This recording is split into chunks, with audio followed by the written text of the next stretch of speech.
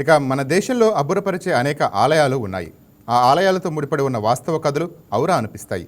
పవిత్ర భారతావనిలో నెలకొని ఉన్న దివ్యక్షేత్రాల్లో ఆంధ్రప్రదేశ్లోని గుంటూరు జిల్లా పొన్నూరులో గల భావనారాయణ స్వామి దేవాలయం ఎంతో ప్రసిద్ధి చెందింది.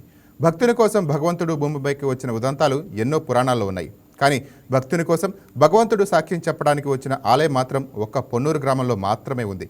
సహస్రలింగేశ్వరుడు, హనుమంతుడు, గరుత్మంతుడు, పంచభూతాల దివ్యజ్యోతులు అన్నీ ఒకే చోట కొలువు తీరటంతో ఈ గ్రామంలో చరిత్రలో నిలిచిపోయింది.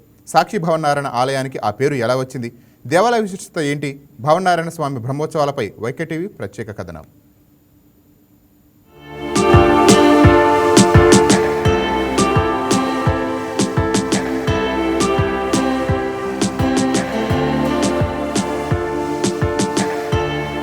సహస్రలింగేశ్వరుడు, హనుమంతుడు, గరుత్మంతుడు, పంచభూతాల దివ్యజ్యోతులు అన్నీ ఒకే చోట కొలువుదీరిన గ్రామం పొన్నూరు. ఇక్కడ ఒకటేమిటి, దేవాలయాల సమూహమే ఉంటుంది. గుంటూరు పట్టణానికి 28 కిలోమీటర్ల దూరంలో ఉంది పొన్నూరు గ్రామం. ఈ గ్రామాన్ని బంగారు గ్రామం, స్వర్ణపురి పేర్లతో కూడా పిలుస్తారు. ఒక భక్తుని కోసం సాక్షాత్తు ఆ నారాయణుడు కాశీ విశ్వేశ్వర సమేతుడై ఇక్కడికి వచ్చిన కారణంగానే పొన్నూరును చిన్న కాశీ అని కూడా అంటారు. ఇక్కడ సాక్షి భావనారాయణ స్వామి, సహస్రలింగేశ్వర స్వామి దేవాలయాలతో పాటు ఏకశిలలపై చెక్కిన నిలువెత్తు హనుమంతుని విగ్రహం, గరుత్మంతుల విగ్రహాలు కనువిందు చేస్తాయి. సాక్షి భావనారాయణ దేవాలయంలో కొలువైన శ్రీమన్నారాయణుడు ఒక భక్తుడికి సాక్ష్యంగా నిలిచేందుకు కాశీ నుంచి వచ్చాడని పురాణాలు సెలవిస్తున్నాయి. సాక్షి భవనారాయణ స్వామి, సహస్రలింగేశ్వర స్వామి దేవాలయాలతో పాటు ఏకశిలపై చిక్కిన నిలువెత్తు హనుమంతుని విగ్రహం, గరుత్మంతుల విగ్రహాలు కనువిందు చేస్తాయి. సాక్షి భవనారాయణ దేవాలయంలో కొలువైన శ్రీమన్నారాయణుడు ఒక భక్తుడికి సాక్ష్యంగా నిలిచేందుకు కాశీ నుంచి వచ్చాడని పురాణాలు సెలవిస్తున్నాయి. నారాయణుడితో పాటు కాశీ విశ్వేశ్వరుడు కూడా ఇక్కడకు వచ్చాడని ప్రతీతి. అందువల్లే కాశీలో వలనే ఆయనకు ఇక్కడ కూడా నిత్యం నైవేద్యాలు సమర్పిస్తారు. 108 దివ్య తిరుపతులతో సమాంతరంగా నిలుస్తుంది ఈ దేవాలయం. ఇక్కడ శిల్ప సౌందర్యం కన్నుల పండుగగా ఉంటుంది. శివకేశవ అభేద్యానికి మారుపేరు ఈ దేవాలయం ఉంటుంది. విశాలాక్షి సమేతంగా దర్శనమిచ్చే విశ్వేశ్వరుడు ఈ అపురూప ఆలయ ప్రాంగణంలో కొలువై ఉన్నాడు.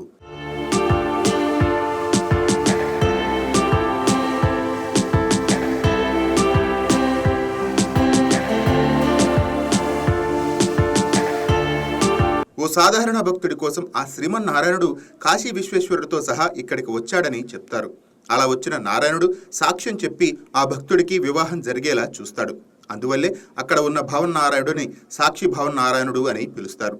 పూర్వం పొన్నూరులో కేశవయ్య అనే వ్యక్తి ఉండేవాడు. అతనికి సంతానం లేదు. దీంతో సంతానం కోసం అనేక పుణ్యక్షేత్రాలను సందర్శించేవాడు. ఈ యాత్రలో తన కుటుంబ సభ్యులతో పాటు మేనలుడైన గోవిందుడిని కూడా వెంట పెట్టుకుని వెళ్లేవాడు. ఈ క్రమంలోని కేశవయ్య కాశీని సందర్శించి అక్కడ నారాయణుడి దేవాలయంలో తనకు సంతాన ప్రాప్తి కలిగించాలని వేడుకొన్నాడని చరిత్ర చెప్తోంది. అదే సమయంలో అక్కడే ఉన్న గోవిందుడు, ఈసారి నీకు ఆడపిల్ల ఖచ్చితంగా కలుగుతుందని, అలా జరిగితే తనకు ఇచ్చి వివాహం చేయాల్సిందిగా కోరాడు. ఇందుకు కేశవయ్య సరేనన్నాడు. ఇది జరిగిన కొన్ని రోజులకు కేశవయ్య దంపతులకు పండంటి ఆడపిల్ల పుట్టింది.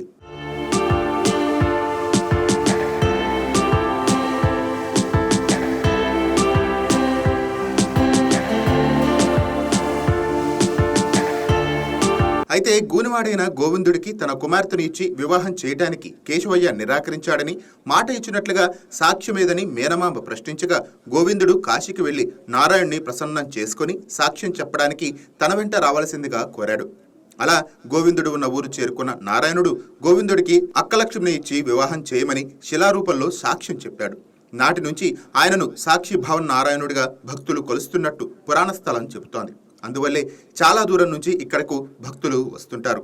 ఈ ఆలయ ప్రాంగణంలో విశాలాక్షి సమేత విశ్వేశ్వరుడు, చెన్నకేశవ స్వామి, లక్ష్మీ నరసింహుడు, వినాయకుడు, దాసాంజనేయ స్వామి ఆలయాలు దర్శనమిస్తాయి. ప్రతి ఏడాది వైశాఖ మాసంలో స్వామివారికి బ్రహ్మోత్సవాలు ఘనంగా జరుగుతాయి. జయ భావదేవ పరేశాయ నమస్తుభ్యం, పరానందాయ తే నమః, సద్రూపాయ నమస్తుభ్యం, సాక్షిదేవాయ తే నమః. పొన్నూరుగా ప్రసిద్ధి చెందినటువంటి ఈ స్వర్ణపురి క్షేత్రంలో స్వయంభూ వ్యక్తంగా వెలిసినటువంటి శ్రీ సాక్షి భావనారాయణ స్వామి వారి వార్షిక బ్రహ్మోత్సవాలు ఈ పరాభవనామ సంవత్సరంలో వైశాఖ శుద్ధ సప్తమి నుండి ప్రారంభమవుతాయి. అంటే ఈ రోజు నుండి మే 5వ తేదీ వరకు నవాహ్నిక దీక్షగా శ్రీ వైఖానస భగవత్ శాస్త్ర ప్రకారం ఈ బ్రహ్మోత్సవాలు అత్యంత వైభవంగా జరుగుతాయి. పరమాత్మ నారాయణుడు ఎలా ఉంటాడు అని అత్రి మహర్షి భావన చేయడం చేత ఈయన భావనారాయణుడు అయ్యారని, అలాగే కాశీ నుంచి భక్తుడికి సాక్ష్యం ఇవ్వటం కోసం ఇక్కడికి స్వామివారు విచ్చేశారు పరివారంతో. కాబట్టి ఆయన సాక్షి భావనారాయణ స్వామిగా ప్రసిద్ధి చెందారు. భక్తుల యొక్క రక్షణే భగవంతుడి యొక్క పరమావధిగా ఈ ఉదాహరణగా మనం తెలుసుకొని, ఆనాటి నుంచి కూడా ఎంతోమంది రాజులు అలాగే జమీందారులు స్వామివారి యొక్క నిత్య కైంకర్యములన్నీ కూడా జరిపిస్తూ అత్యంత వైభవంగా ఈ బ్రహ్మోత్సవాలు జరుపుతున్నాయి. ప్రస్తుతము రాజా వాసిరెడ్డి వెంకటాద్రి నాయుడు గారి వారి వంశీకులు శ్రీ సుధాస్వరూప్ బహదూర్ మన్నె సుల్తాన్ దర్బారు వారి ప్రస్తుత వ్యవస్థాపక ధర్మకర్తగా, అలాగే శ్రీ కామేశ్వరం గారు సహాయ కమిషనరు, కార్యనిర్వహణాధికారి, పాలక మండలి, అదేవిధంగా పొన్నూరు శాసనసభ్యులు శ్రీ ధూళిపాల నరేంద్ర కుమార్ గారు, వీరందరి యొక్క సహాయ సహకారాలతో భక్తులందరి యొక్క సౌజన్యంతో ఈ బ్రహ్మోత్సవాలు అత్యంత వైభవంగా జరుగుతాయి ప్రతి సంవత్సరం కూడా. అలాగే పౌర్ణమి రోజు స్వామివారి యొక్క దివ్యరథం ఉంటుంది. ఈ వైశాఖ పౌర్ణమి భావయ్య పౌర్ణమిగా ప్రసిద్ధి చెందింది. ఎందుకంటే ఈ చుట్టుపక్కల గ్రామాలన్నింటి నుంచి కూడా స్వామివారిని ఆ రథంలో ఉన్నటువంటి భావనారాయణ దర్శించడం కోసం కొన్ని వేల మంది భక్తులు ఆ రోజు విచ్చేస్తారు.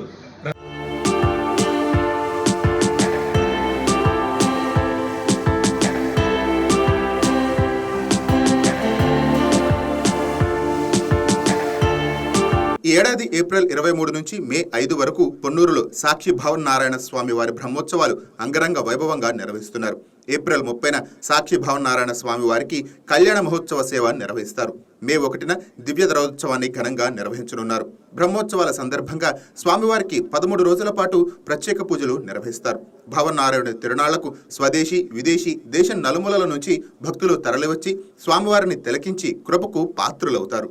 ఇప్పటికీ అమరావతి రాజవంశికులు శ్రీమద్ రాజా వాసిరెడ్డి సుధాస్వరూప్ బహదూర్ మన్నె సుల్తాన్ దొర చేతుల మీదుగానే బ్రహ్మోత్సవాలు వైభవంగా నిర్వహిస్తారు.